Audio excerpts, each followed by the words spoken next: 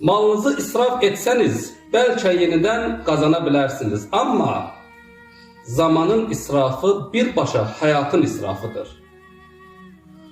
Boş söhbətlər, mənasız mübahisələr və telefon qarşısında hədər edilən saatlar bizim ahirət azuqəmizdən oğurlanmış parçalardır.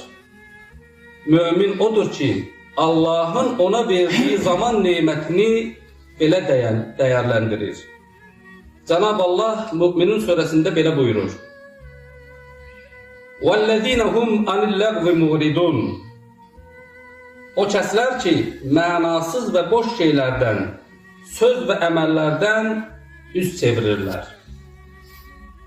Əziz qardaşlarım, iblisin ən böyük tələsi nədir? Təsvifdir. Təsvif, yəni sonra edərəm deməkdir. Sonra namaz qılaram, sonra tövbə edərəm, sonra xeyir iş görərəm. Sonraya təxirə salmaqdır.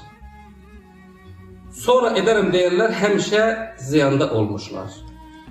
Ali İmran suresinin 133. ayetində Rabbimiz belə buyurur. Rabbinin bağışlamasına və takva sahibləri üçün hazırlamış olduğu genişliyi göylər və yer qədər olan hara tələsin, cənnətə tələsin. Xeyir işdə tələsmək, şər işdən isə dərhal qaçmaq lazımdır. Çünki ölümün nə zaman gələcəyinə dair heç birimizin əlində bir sənədi yoxdur. Əziz qardaşlarım, vaxt israfı həm də bir haqq məsələsidir. Əgər bir yerdə maaşla işçisinizsə, iş saatında işlə məşğul olmayıb, vaxtınızı başqa şeylərə, oyun, telefon, boş söhbətlərə sərf edərsinizsə, bu həm də nə olar? Haram qazanca yol açar. Allah bizə əmanətə sadiq qalmağı əmr edir. Rabbimiz Enfal suresinin 27. ayetində buyurur ki, Ey iman gətirənlər! Allahın və Peyğəmbərin əmanətlərinə, sizə tapşırılan işlərə və vaxta bilə-bilə xəyanət etməyin.